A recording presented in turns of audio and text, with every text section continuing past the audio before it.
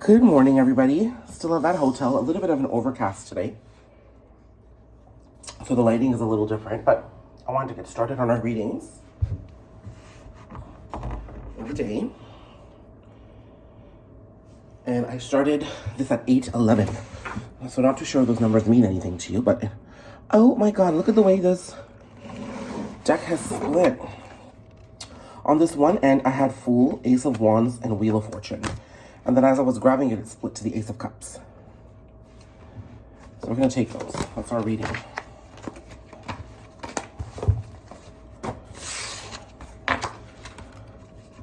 Fool. New opportunities greeting you, taking a leap of faith, understanding that there are actually no limitations in what life has to offer. No limitations at all.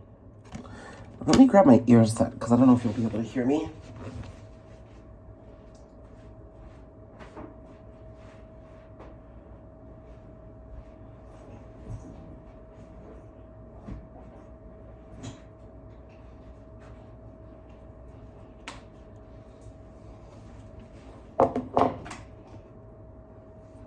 All right, so hopefully that works.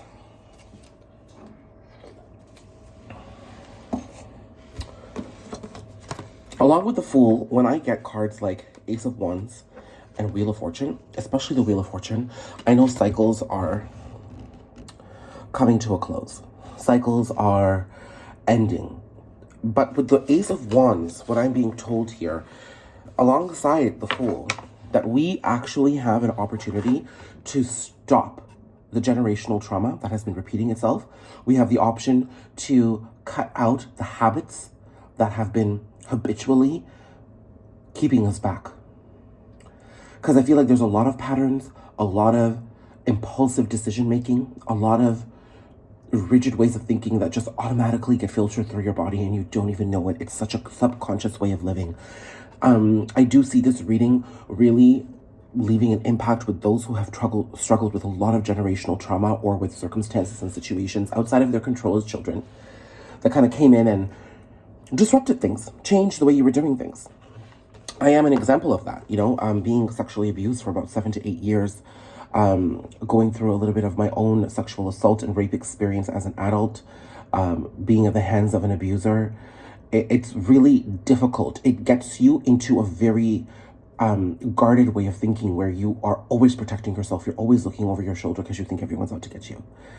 And that sort of thinking, when it starts with such a deep and traumatic experience, has a way of infiltrating our entire energetic being. And then before you know it, 10 years go by and you're still thinking the same. But there's an opportunity away from that here. There is a beautiful opportunity away from that here. At the bottom of the deck was Ace of Cups. So I am being guided to let everybody know that it's going to be self-prioritization, self-love, self-compassion that's going to be key here. You have to understand that while you weren't responsible for some of the things that have happened to you or some of the things that were passed down to you, you are responsible now on how you can deal with it. And I think stepping into the now and taking accountability for the way you think and feel and act is going to be very key on how you leverage this beautiful divine opportunity that's come for you to just stop being the way you're being and continue down a brand new path. Okay. Let's go back to the shuffle.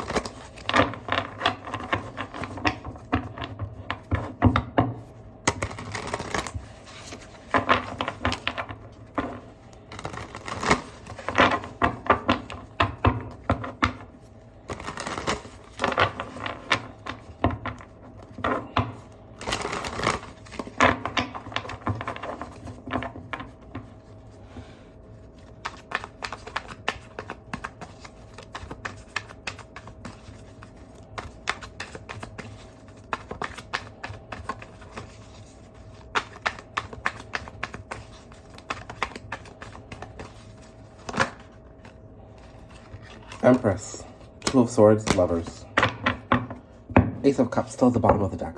So I'm being told you're actively making decisions. I feel like in order to honor yourself, you finally made a choice. Now, it might not seem that way, because there may be certain conflict, or it may take you a little longer to come to a choice in a certain situation, and perhaps the energies pertaining to a particular individual. But I'm seeing that you're honoring yourself.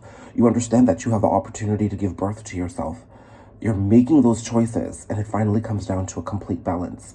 I am seeing that with the Lovers here, that it is a choice that is decided. You are honoring yourself, and you're going to make sure that whoever you meet, whatever situation you find yourself in, you're going to look at what's going to get you the most healing, what's going to allow you to operate and think and feel and execute from a place of healing, and what's actually going to be for your greatest good. This is not selfish energy. You've given way too much as it is to other people already, that now you can still decide to choose yourself from a place of compassion. You're not choosing yourself from a place of ego. You're choosing yourself from a place of compassion. And that is very, very important for me to differentiate here, because if you chose yourself from ego, then what you're saying is you're better than other people. You're saying that you deserve more than others deserve, even though that may be the case in certain situations. And you're also saying that me. Choosing yourself from a place of compassion also honors the other person. Because if you decide to remove yourself from a certain situation, you are understanding and you are acknowledging that, okay, this situation is not for my good, but it's not for the good of the other either. I might have to be the one to make the choice and make the cut.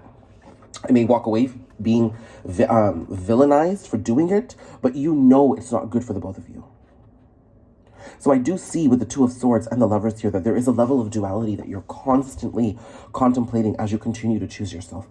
Just as long as you don't overthink and give in too much to the point where you become indecisive, that's where I'll say the Two of Swords in the middle of the spread here is a warning. But I do think that you are exercising a lot of compassion, and it's bringing you into your Empress energy. Let's understand more about you.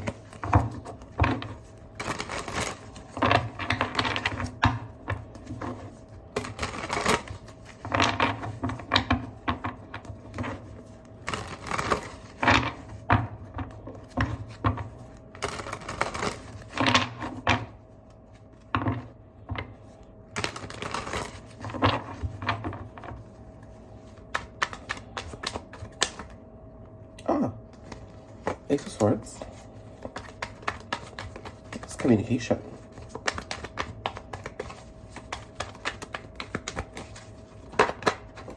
Six of Wands. Queen of Wands. Empress. Six of Swords. Six of Wands, sorry. Ace of Swords. Queen of Wands. Page of Wands. Oh. Magician falls.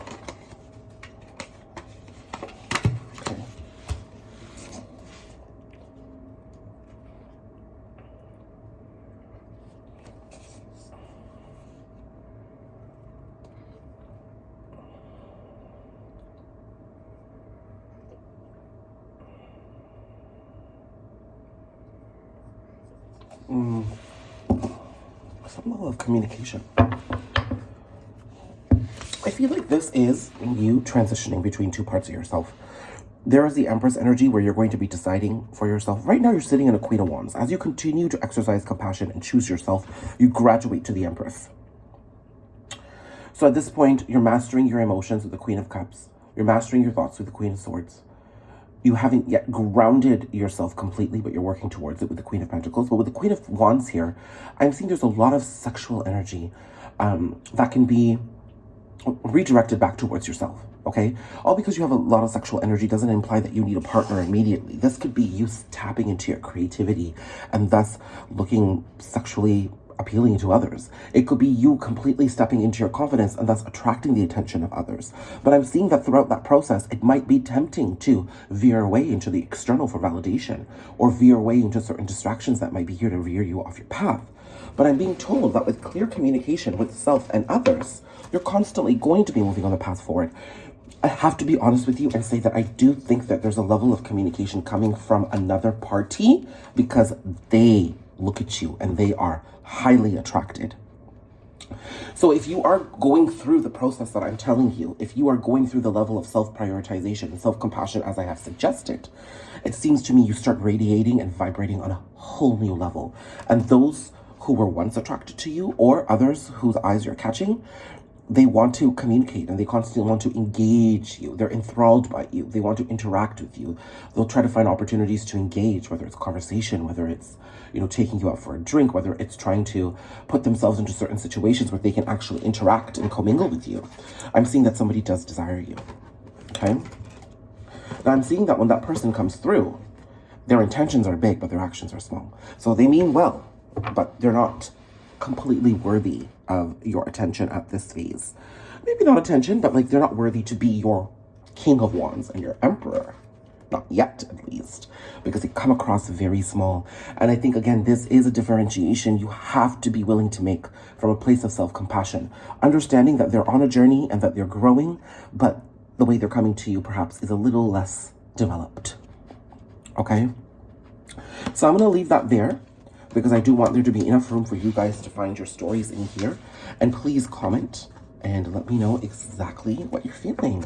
Now, I'm also going to put down a link here for travel. I'm working with a company called Trova Trip, and I'm organizing Queen Dee Tarot retreats for 2023. And so please take the survey and let me know exactly what countries you're hoping to visit with me. And in a couple of weeks, you're going to have a complete itinerary and a trip you can purchase into to join with me, you know? So I'm sending a lot of love, and while traveling, I'm still going to dedicate myself to doing as many videos on YouTube as possible. I promise you, I'm getting more active again here in this space, and I thank you all for your love. Thank you.